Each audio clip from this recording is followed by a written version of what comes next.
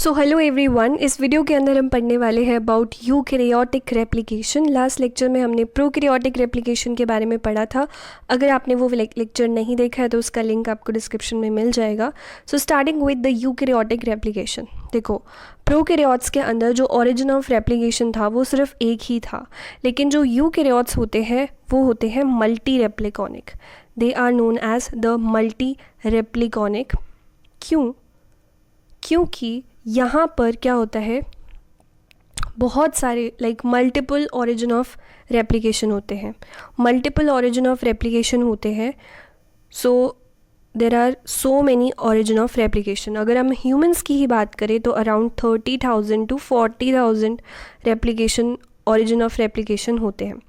लेकिन जो प्रोकैरियोट्स थे वो क्या थे, हमारे पास मोनो रेप्लिकॉनिक, क्योंकि वहाँ पे सिर्फ एक ही ओरिजिन ऑफ रेप्लिकेशन था जिसको कि हम ओराइसी बोल रहे थे। सो अगर हम यहाँ पे देखें ओरिजिन ऑफ रेप्लिकेशन के बारे में, यहाँ पे आप देख रहे हो A, B1, B2, B3। B2 जो होता है वहाँ पे मेल्टिंग होती है, और जो आपका A और B1 है, A और B1 को हम बोलते हैं origin of replication complex, that is ORC complex इसको बोला जाता है। And it is same as that of the DNA जो हमने पढ़ा था प्रोकैरियोट। देखो पहले आप प्रोकैरियोट्स का ही देखना लेक्चर, क्योंकि उसी के बाद आप रिलेट कर पाओगे कि how the things are different here. तो DNA जो रोल कर रहा था वो यहाँ पे हमारे जो A और B1 है यानी कि ORC है वो यहाँ पे परफॉर्म कर रहा है। सो सबसे पहले क्या होता है, सबसे पहले यहाँ पे जो हमारा ORC है वहाँ पे क्या बाइंड होता है, आपका CDC6। CDC6 जो है यहाँ पे अगर हम बात करें, CDC6 जो है उसके साथ में लगा होता है क्या, ATP बाउंड होता है ये। तो CDC6 बाइंड करता है, CDT1 आता है, फिर CDT1। ये दोनों क्या हैं, ये दोनों लाइसेंसिंग फैक्टर हैं। Both of these are the licensing factors. So फिर ये दोनों किसको रिक्रूट करते हैं, MCM27 को। MCM जो है वो हेलिकेज है। हेलिकेज का काम क्या होता है, दोनों स्ट्रैंड्स को सेपरेट करना, उनकी अनवाइंडिंग करना। तो दोनों स्ट्रैंड्स को सेपरेट करने का काम कौन करेगा, हमारा हेलिकेज करेगा, विच इज़ MCM27। अब देखो यहाँ पे क्या होता है, जैसे आपने जो रेप्लिकेशन सेल साइकिल में आपने क्या पढ़ा था कि G1 फेज़ होता है, फिर S फेज़ होता है, फिर G2 फेज़ होता है, फिर M फेज़ होता है। रेप्लिकेशन कहाँ पे होती है, रेप्लिकेशन होती है S फेज़ में। S फेज़ में रेप्लिकेशन होती है, लेकिन जो हेलिकेज की लोडिंग है, हेलिकेज की जो लोडिंग है वो आपकी कौन से फेज़ में हो जाती है, वो G1 में ही हो जाती है। हेलिकेज यानी कि आपका यहाँ पे MCM27 जो है उसकी जो लोडिंग है वो G1 फेज़ में ही हो जाती है, लेकिन उसका जो एक्टिवेशन है वो कब होता है, S फेज़ के अंदर होता है। वो कब होता है, S फेज़ के अंदर होता है। सो यहाँ पर हमारा क्या बन चुका है, प्री रेप्लिकेशन कॉम्प्लेक्स बन चुका है। प्री रेप्लिकेशन कॉम्प्लेक्स यहाँ पर बन चुका है। अब क्या होगा, ये जो प्री रेप्लिकेशन कॉम्प्लेक्स है, अभी तक हम कौन से फेज़ में थे, अभी तक थे हम G1 फेज़ में। जैसे ही S फेज़ में ये जाएंगे, S फेज़ में क्या होगा कि जो साइक्लिन E है, S फेज़ में क्या होता है, साइक्लिन E होता है और CDK2 होता है। ये क्या करेंगे, इन लाइसेंसिंग फैक्टर्स के ऊपर फॉस्फोराइलेशन कर देंगे। फॉस्फोराइलेशन की वजह से क्या होता है, अगर हम बात करें अबाउट द फॉस्फोराइलेशन, जब इनका फॉस्फोराइलेशन होगा, एक तो है आपके पास CDT1 है और वी हैव CDC6 है, इनके ऊपर क्या लग जाएगा, फॉस्फोराइलेशन इनका हो जाएगा। जब इनका फॉस्फोराइलेशन हो जाता है तो जो CDC6 है वो तो क्या हो जाता है, डिग्रेड हो जाएगा, इट गेट्स डिग्रेडेड, और ये क्या हो जाएगा, ये हो जाएगा इनएक्टिव। ये क्या हो जाएगा, इनएक्टिव हो जाएगा।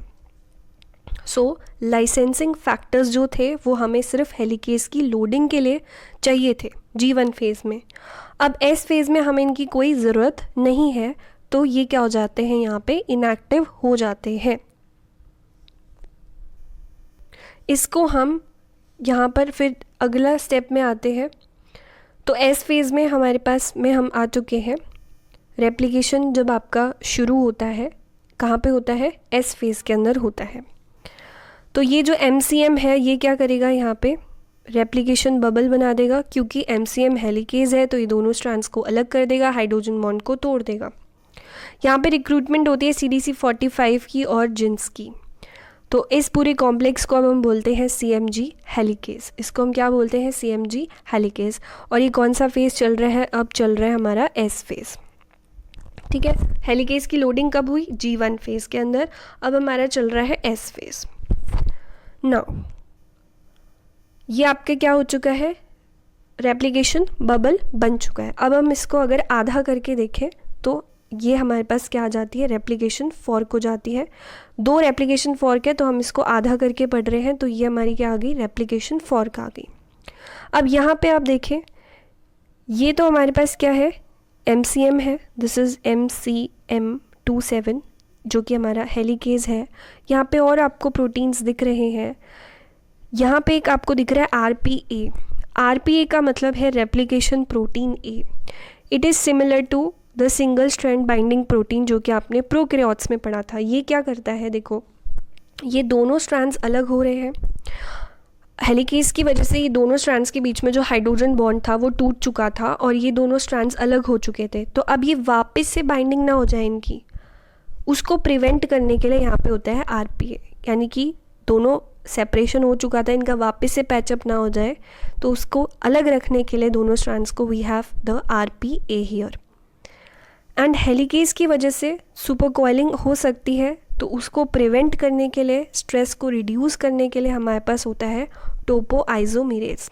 टोपोआइसोमेरेज क्या करता है, जो सुपर कॉइलिंग है उसको प्रिवेंट करेगा, स्ट्रेस को रिलीव करने में हेल्प करेगा, which is caused by the DNA helicase की वजह से, अनवाइंडिंग की वजह से जो स्ट्रेस क्रिएट हो जाता है उसको प्रिवेंट करने के लिए वी हैव टोपोआइसोमेरेज। फिर अपना नेक्स्ट स्टेप आता है एलोंगेशन। एलोंगेशन में देखिए यहाँ पर आपके पास में DNA पॉलीमरेज अल्फ़ा जो होता है वो यहाँ पर प्राइमरे को ऐड करता है। प्राइमर को कौन सिंथेसाइज कर देगा, DNA polymerase alpha. Prokaryotic replication में प्राइमेज जो था वो DNA जो प्राइमर था वो बना रहा था, यहाँ पे कौन प्राइमर बनाएगा, DNA पॉलीमरेज अल्फ़ा ही प्राइमर बना रहा है, तो इसने प्राइमर बना दिया, बहुत बढ़िया।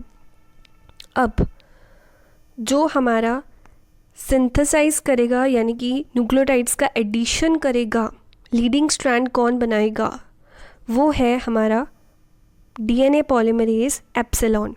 DNA पॉलीमरेज एप्सिलॉन जो है वो यहाँ पर न्यूक्लियोटाइड्स का एडिशन करेगा। अब यहाँ पे क्लैंप क्या है और क्लैंप लोडर क्या है। क्लैंप क्या होता है, यहाँ पे क्लैंप है हमारे पास में PCNA। PCNA क्या है हमारा, क्लैंप, एंड RFC क्या है, क्लैंप लोडर है। PCNA stands for proliferating cell nuclear antigen and RFC is the ring like structure जो कि क्लैंप लोडर है। So this is clamp loader. So clamp क्या होता है, जैसे आपने ये देखा होगा, आपने रोप स्लाइडिंग देखी होगी, तो इसमें ये जो एक सपोर्ट के लिए ना ऊपर लटका रहता है जिसके सहारे आप ये जो DNA पॉलीमरेज है आगे जाता है। तो DNA पॉलीमरेज जैसे जैसे आगे मूव करेगा फॉर रेप्लिकेशन, तो वो गिरे ना, वो स्लिप आउट ना हो जाए, वो गिरे ना नीचे, तो इसके लिए हमें एक सपोर्ट की ज़रूरत है, एक क्लैंप की ज़रूरत है जिसके सहारे वो आसानी से स्लाइड कर ले, तो उसी को हम बोलते हैं क्लैंप। और क्लैंप क्या है यहाँ पे, PCNA, और क्लैंप को लोड करने के लिए हमें क्या चाहिए, RFC चाहिए। ठीक है, तो ये क्लैंप जो होता है वो इसलिए होता है ताकि जो DNA पॉलीमरेज है वो आसानी से स्लाइड कर सके, उसको दिक्कत ना हो, वो नीचे ना गिर जाए, वो स्लिप आउट ना हो जाए, तो उसको सहारा देने के लिए क्या होता है, हमारे पास क्लैंप होता है। तो DNA पॉलीमरेज एप्सिलॉन जो है वो यहाँ पर न्यूक्लियोटाइड्स को ऐड करेगा, लीडिंग स्ट्रैंड की यहाँ पर सिंथेसिस होगी। लीडिंग स्ट्रैंड जो होता है वो कंटिन्यूअस स्ट्रैंड होता है। नेक्स्ट हम आ रहे हैं हमारे लैगिंग स्ट्रैंड के ऊपर। लैगिंग स्ट्रैंड, यहाँ पर लैगिंग स्ट्रैंड की अगर हम बात करें तो जो लैगिंग स्ट्रैंड है यहाँ पर प्राइमर की सिंथेसिस कौन करता है, DNA पॉलीमरेज अल्फ़ा ने क्या किया, यहाँ पे प्राइमर बना दिए। अब इस प्राइमर की एक्सटेंशन के लिए यहाँ पे कौन आएगा? प्राइमर की एक्सटेंशन के लिए आएगा हमारे पास में DNA polymerase delta. DNA polymerase delta क्या करेगा? प्राइमर को एक्सटेंड करेगा। यहाँ पे लैगिंग स्ट्रैंड की सिंथेसिस होएगी, लैगिंग स्ट्रैंड जो है वो बनेगा। अब लैगिंग स्ट्रैंड जो होता है वो क्या होता है? डिसकंटिन्यूअस होता है, और इन फ्रैगमेंट्स को हम क्या बोलते हैं? ओकाज़ाकी फ्रैगमेंट्स बोलते हैं। सो प्रोकैरियोटिक रेप्लिकेशन जब मैंने आपको समझाया था तो वहाँ पर मैंने आपको एनिमेशन से दिखाया था कि किस तरीके से लैगिंग स्ट्रैंड बनता है। क्योंकि लैगिंग स्ट्रैंड क्यों डिसकंटिन्यूअस होता है? क्योंकि जो डीएनए पॉलीमरेज है उसको बार बार क्या होना पड़ता है? डिटैच होना पड़ता है, क्योंकि ये जो अनवाइंडिंग, यहाँ पे देखो ये रेप्लिकेशन फॉर्क है, इस डायरेक्शन में ये खुलती जा रही है, इसकी ओपनिंग हो रही है। सो लीडिंग स्ट्रैंड तो कोई बात नहीं, सेम डायरेक्शन है, लेकिन जो लैगिंग स्ट्रैंड है वो ऑपोजिट डायरेक्शन में है, यानी कि अनवाइंडिंग जो हो रही है वो इस डायरेक्शन में हो रही है, लेकिन जो स्ट्रैंड है वो इस डायरेक्शन में है, लैगिंग स्ट्रैंड। क्योंकि जो पॉलीमरेज होता है वो 5 प्राइम टू 3 प्राइम ही सिंथेसिस करता है, और उसको 3 प्राइम OH ग्रुप चाहिए रहता है to start the addition of the nucleotides. तो इसलिए हमारा जो लैगिंग स्ट्रैंड होता है वो डिसकंटिन्यूअस होता है। अब यहाँ पर जो प्राइमर का रिमूवल करता है वो कौन करता है? RNase H और FEN1 क्या करते हैं? प्राइमर को रिमूव करते हैं। सो जो हमारा प्रोकैरियोटिक में जो प्राइमर को रिमूव करा था वो कौन था? DNA polymerase 1। तो यहाँ पे आप कंपैरिजन देख सकते हो कि DNA जो था वो इनिशिएटर प्रोटीन था ई कोलाई में, और यहाँ पे क्या है? ORC। हेलिकेज का काम कर रहा था वहाँ पे DNA B, और यहाँ पे कौन कर रहा था? MCM27। हेलिकेज की लोडिंग कौन करा रहा था? प्रोकैरियोट्स में DNA C और यूकैरियोट्स में लाइसेंसिंग फैक्टर्स। देन यहाँ पर सिंगल स्ट्रैंड बाइंडिंग प्रोटीन था प्रोकैरियोट्स में, और यूकैरियोट्स में क्या था? RPA। तो इस तरीके से आप देख सकते हैं कि क्या क्या यहाँ पर डिफरेंसेस थे। ये आप तभी समझ पाएंगे जब आपने प्रोकैरियोट्स का रेप्लिकेशन भी पढ़ा होगा और यूकैरियोट्स का भी पढ़ा होगा, तभी हम उसको कंपेयर कर सकते हैं। सो यहाँ पे आप देख सकते हैं कि लीडिंग स्ट्रैंड की सिंथेसिस कैसे हो रही है। जो DNA पॉलीमरेज एप्सिलॉन है वो क्या करता है? लीडिंग स्ट्रैंड की सिंथेसिस करता है, न्यूक्लियोटाइड्स को ऐड करेगा, एंड लीडिंग स्ट्रैंड आपका यहाँ पर बन जाएगा। अब लीडिंग स्ट्रैंड जो होता है वो कंटिन्यूअस होता है because it is in the same direction as that of the direction of the unwinding. Lagging strand होता है वो ऑपोजिट डायरेक्शन में है, अनवाइंडिंग की ऑपोजिट डायरेक्शन में है, इसीलिए वो डिसकंटिन्यूअस होता है। तो यहाँ पे आप देख सकते हैं कि जो आपका प्राइमेज का यहाँ पे रोल प्ले कर रहा है that is the DNA polymerase. जो हमारा अल्फ़ा है उसने प्राइमर बनाया, फिर जो आपका DNA पॉलीमरेज डेल्टा था उसने उसको एक्सटेंशन कर दिया। ये बार बार क्या हो रहा है? डिटैच हो रहा है, और बार बार जो है हमारा प्राइमर का एक्सटेंशन हो रहा है। वाई? बिकॉज जो डायरेक्शन ऑफ अनवाइंडिंग है वो ऑपोजिट है to that of the synthesis. So इसीलिए हमारे पास में डिसकंटिन्यूअस होता है। ओकाज़ाकी फ्रेगमेंट्स जो होती हैं वो सील कर दी जाती हैं बाय DNA लाइगेज। सो प्राइमर को रिमूव कौन कर रहा है? यहाँ पर मैंने बताया था RNase H और FEN1 ने क्या किया? प्राइमर को रिमूव कर दिया। प्राइमर रिमूव करने के बाद जो गैप्स होंगे उनको कौन सील कर देगा? जो आपका DNA लाइगेज है वो उनको सील कर देगा, जो भी गैप्स हैं। ठीक है, तो यहाँ पर RNA प्राइमर रिमूव हो चुके हैं, गैप सील हो चुका है। जो भी जैसे ये आपका था ना, सपोज़ इस तरीके से हमारे पास थे, तो यहाँ पे आपका ये प्राइमर था, इसको एक्सटेंड कर दिया गया, फिर यहाँ पे प्राइमर अटैच हुआ, फिर इसको एक्सटेंड कर दिया गया, फिर यहाँ पे प्राइमर लगा था, फिर इसका एक्सटेंशन हुआ था। तो इस तरीके से ओकाज़ाकी फ्रैगमेंट्स का यहाँ पर फॉर्मेशन हुआ था। अब क्या होगा कि ये जो आपके पिंक वाले जो प्राइमर हैं ये क्या हो जाएंगे? रिमूव कर दिए जाएंगे। प्राइमर को किसने रिमूव करा? RNase H ने और FEN1 ने। उसके बाद ये जो आप गैप्स देख रहे हैं, ये जो गैप्स आप देख रहे हैं, ये कौन फिल कर देगा? This will fill by the polymerase enzyme, nucleotides को ऐड करके यहाँ पे गैप्स को फिल कर देगा। उसके बाद थोड़ी बहुत जो यहाँ पे स्पेस बचा होगा उसको लाइगेज जो है वो आकर के सील कर देगा। सो अब नेक्स्ट स्टेप आते हैं टर्मिनेशन। देखो टर्मिनेशन जो होती है यूकैरियोट्स में, थोड़ा यहाँ पे टर्मिनेशन में प्रॉब्लम आ जाती है। क्या होता है कि देखो यहाँ पे आप देख रहे हैं कि ये क्या है आपका leading strand, this is leading, ये क्या है लैगिंग। यहाँ पे आप देख रहे हैं कि जब लास्ट वाला जो प्राइमर है वो रिमूव होगा तो वहाँ पे क्या हो जाएगा, गैप क्रिएट हो जाएगा। लास्ट वाला प्राइमर जो है जब रिमूव होगा तो वहाँ पे गैप क्रिएट हो जाएगा। गैप क्रिएट हो जाएगा तो उसकी वजह से यहाँ पे आप देख सकते हैं कि आपको यहाँ पे शॉर्टन नज़र आ रही है। यहाँ पे क्या आ रहा है, आपको एंड रेप्लिकेशन प्रॉब्लम दिखाई दे रही है, जिसकी वजह से क्या हो सकता है, लॉस ऑफ जेनेटिक इन्फॉर्मेशन हो सकती है। सो इसी वजह से जो हमारे यूकैरियोट्स होते हैं वहाँ पर एक एडिशनल स्टेप होता है, दैट इज़ टीलोमियर रेप्लिकेशन। टीलोमियर्स क्या होते हैं, नॉन कोडिंग रिपीट्स होते हैं न्यूक्लियोटाइड सीक्वेंस के at the end of the chromosome. So to prevent any kind of loss in the DNA at the end of the chromosome, chromosome के ends को protect करने के लिए, क्रोमोसोम फ्यूज़ ना हो जाए, इसीलिए हमारे पास क्या होते हैं, टीलोमियर्स होते हैं। टीलोमियर्स के अंदर एक एंजाइम होता है विच इज़ टीलोमेरेज एंजाइम। ये एंजाइम जो है ये प्रिवेंट करता है शॉर्टनिंग ऑफ DNA ना हो जाए उसके लिए। तो यहाँ पे अब हम पढ़ने वाले हैं टीलोमियर रेप्लिकेशन के बारे में। सो यहाँ पे आप देखें कि जो हमारा लास्ट वाला प्राइमर था उसका एक्सटेंशन हुआ by the DNA polymerase delta. फिर ये जो प्राइमर्स होते हैं ब्लू वाले ये रिमूव हो जाते हैं बाय FEN1, रिमूव हो जाएगा। रिमूव होने के बाद जो गैप्स होंगे वो सील कर दिए जाएंगे, लेकिन एंड में आपको दिख रहा है कि एंड में क्या, जब प्राइमर को रिमूव किया गया तो यहाँ पे गैप क्रिएट हो चुका है जिसको हम बोल रहे हैं एंड रेप्लिकेशन प्रॉब्लम। अब इसको ठीक करने के लिए हमारे पास एक सोल्यूशन है विच इज़ टीलोमियर रेप्लिकेशन। अब इसी को हमें क्या करना है, सॉल्व करना है। So this is known as the end replication problem.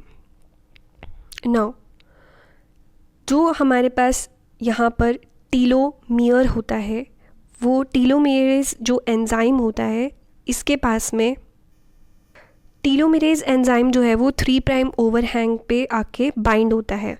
टीलोमेरेज enzyme 3 prime overhang पे आके बाइंड होएगा। अब इसके अंदर क्या है, RNA टेम्पलेट है। देखिए आप यहाँ पे देखें कि ये हमारे पास क्या है, टीलोमेरेज एंजाइम था। वो क्या करेगा, जो 3 प्राइम ओवरहैंग एंड था हमारा वहाँ पे आके क्या होएगा, बाइंड होएगा। ठीक है, अब इसके पास क्या होता है, रिवर्स ट्रांसक्रिप्टेज एक्टिविटी होती है। इसके पास क्या होता है, रिवर्स ट्रांसक्रिप्टेज एक्टिविटी होती है। एंड इसके पास में RNA टेम्पलेट भी होता है। इसके अंदर ही क्या होता है, RNA टेम्पलेट होता है, जिसे मैंने अभी आपको दिखाया था। तो यहाँ पे देखो इसके पास क्या है, खुद के पास ही RNA टेम्पलेट है। तो ये क्या करेगा, उसके कॉरेस्पॉन्डिंग ही जो है रिवर्स ट्रांसक्रिप्टेज एक्टिविटी की वजह से यहाँ पे और जो न्यूक्लियोटाइड्स है उसको ऐड करता जाएगा। सो बिकॉज इसके पास में रिवर्स ट्रांसक्रिप्टेज एक्टिविटी है तो ये यहाँ पे एडिशन करता जाएगा न्यूक्लियोटाइड्स का। एंड एट द एंड आपको क्या मिलेगा कि जो टीलोमेरेज है उसने क्या किया है, नया जो DNA है वो बना दिया है। सो एट द क्रोमोसोम एंड उसके बाद में जो टीलोमेरेज है वो लीव कर जाएगा। अब टीलोमेरेज को रोकने के लिए भी तो कुछ चाहिए ना, ये तो नहीं है। तो भाई टीलोमेरेज जो है वो तो चलता ही जाएगा, उसको रोकने के लिए भी तो कुछ चाहिए ना कि भाई और एक्सटेंशन मत कर भाई, रुक जा, बहुत हो गया। तो उसके लिए क्या होता है, RAP1, RIF1, RIF2 ये प्रोटीन्स होते हैं जो कि टीलोमेरेज की एक्टिविटी को प्रिवेंट करते हैं, इनहिबिट करते हैं कि बस भाई बहुत हो गया, क्रोमोसोम का एंड आ गया भाई, अब तू एक्सटेंशन जो है वो मत कर, बस कर, बहुत हो गया, होगी हमारी प्रॉब्लम सॉल्व जितनी थी। सो एक बार आप फिर से देखें कि जो आपका 3 प्राइम ओवरहैंग एंड था वहाँ पर क्या होएगा, हमारा जो सुपर हीरो है टीलोमेरेज एंजाइम वो आएगा, वो 3 प्राइम ओवरहैंग पे बाइंड होएगा। उसके पास क्या है, आरएनए टेम्पलेट है अपने पास ही, और उसके पास में रिवर्स ट्रांसक्रिप्टेज एक्टिविटी भी है, महान शक्तियाँ उसके पास ऑलरेडी हैं। तो वो क्या करेगा, जो रिवर्स ट्रांसक्रिप्टेज एक्टिविटी की वजह से वो न्यूक्लियोटाइड्स को ऐड करता जाएगा, एक्सटेंशन जो है वो होता जाएगा। जो आपका गैप था वो क्या कर देगा, उसको फिल कर देगा। उसके बाद में जो है हमारे पास एंड में क्या होगा कि आपके जो दोनों स्ट्रैंड्स हैं उनकी लेंथ क्या हो जाएगी, बराबर हो जाएगी। सो इसने यहाँ पे एक्सटेंशन कर दिया, फिर जो नीचे वाला स्ट्रैंड है वहाँ पे डीएनए पॉलीमरेज आके बचा कुचा जो है वो सही कर देगा। डीएनए पॉलीमरेज क्या करेगा, जो आरएनए प्राइमर सिंथेसाइज था उसको क्या कर देगा, एक्सटेंड कर देगा। सो एट द एंड, मतलब कहने का मतलब ये है कि एट द एंड क्या होगा, दोनों स्ट्रैंड्स जो है वो इक्वल लेंथ के होंगे। So there will be no loss of genetic information. Later ये जो आरएनए प्राइमर है इसको भी रिमूव कर दिया जाएगा, ये जो आरएनए प्राइमर है इसको भी रिमूव कर दिया जाएगा। जब आरएनए प्राइमर को रिमूव कर दिया जाएगा जो एंड में है, तो हमारे पास में we will be left with a overhang. तो उसको प्रोटेक्ट करने के लिए एक टी फॉर्म का फॉर्मेशन होता है, टी लूप का, ठीक है। टी लूप जो होता है वो प्रोटेक्ट करेगा क्रोमोसोम के एंड को, ताकि कोई न्यूक्लियस आके वहाँ पे अटैक ना करे और कोई एंजाइम आके अटैक ना करे, रिपेयर करने आ जाए भाई, कभी हमारी एंजाइम्स जो है वो आ जाए रिपेयर सिस्टम के कि भाई यहाँ पे कुछ गड़बड़ लगती है, यहाँ पे रिपेयर कर देते हैं। तो उसको, उस चीज़ को प्रिवेंट करने के लिए, to protect it from the nucleases, from the repair enzymes, यहाँ पे टी लूप का फॉर्मेशन हो जाता है। And this is done by TRI1 and 2। So that's how हमारा टर्मिनेशन भी जो है वो ख़त्म हो जाता है। So that's all for today. अगर वीडियो आपके लिए हेल्पफुल था तो प्लीज़ अपने फ्रेंड्स के साथ भी शेयर करें, and if you are new to the channel then please subscribe for more updates. Thank you and have a great day.